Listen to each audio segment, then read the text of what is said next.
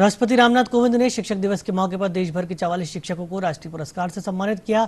इससे पहले उन्होंने पूर्व राष्ट्रपति डॉक्टर सर्वपल्ली राधाकृष्णन को याद करते हुए कहा कि डॉक्टर राधाकृष्णन को दुनिया भर में एक दार्शनिक और विद्वान के रूप में जाना जाता था।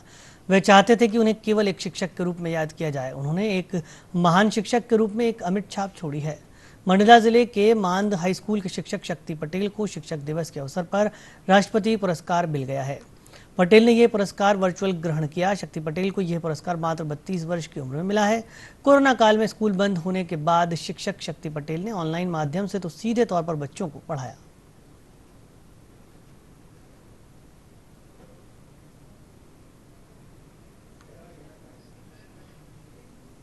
विद्यालय मंडला मध्य प्रदेश के मंडला जिले के हिंदी शिक्षक श्री शक्ति पटेल, इन्होंने शिक्षा के क्षेत्र में टेक्नोलॉजी को सम्मिलित किया तथा QR कोड द्वारा निःशुल्क नोट्स बच्चों को वितरित किए। इनकी वेबसाइट और YouTube चैनल पर उपलब्ध मनोरंजक स्टडी मटेरियल से देश के हजारों छात्र लाभान्वित हो रहे हैं। हिंदी विषय के पाठों की घटनाओं को वास्तविक जीवन की घटनाओं से जोड़कर पढ़ाने पर महत्व दिया। श्री शक्ति पटेल को बतौर शिक्षक राष्ट्रीय पुरस्कार 2021 से सम्मानित किया जाता है।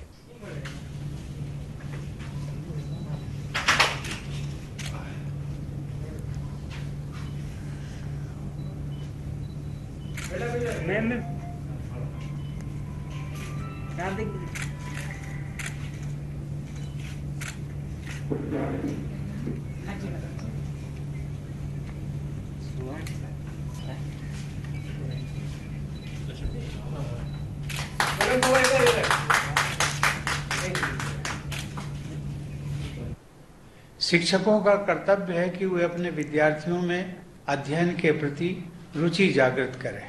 संवेदनशील शिक्षक अपने व्यवहार, आचरण व शिक्षण से विद्यार्थियों का भविष्य संवार सकते हैं।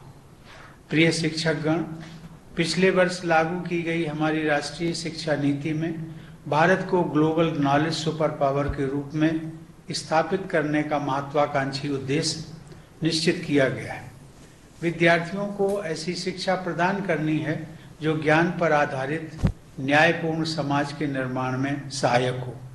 हमारी शिक्षा व्यवस्था ऐसी होनी चाहिए जिससे विद्यार्थियों में संवैधानिक मूल्यों तथा नागरिकों के मूल कर्तव्यों के प्रति निष्ठा उत्पन्न हो, देश के प्रति प्रेम की भावना मजबूत बने तथा बदलते वैश्विक परिदृश्य में वे अपनी भूमिका के बारे में सचेत रहें। शिक्षकों को इस बात का विशेष ध्यान रखना चाहिए कि प्रत्येक विद्यार्थी की क्षमता अलग होती है, उनकी प्रतिभा अलग होती है, मनोविज्ञान अलग होता है, सामाजिक पृष्ठभूमि व परिवेश भी अलग अलग होता है। इसलिए हर एक बच्चे की विशेष जरूरतों, रुचियों और क्षमताओं के अनुसार उसके सर्वांगीण विकास पर बल देना चाहिए।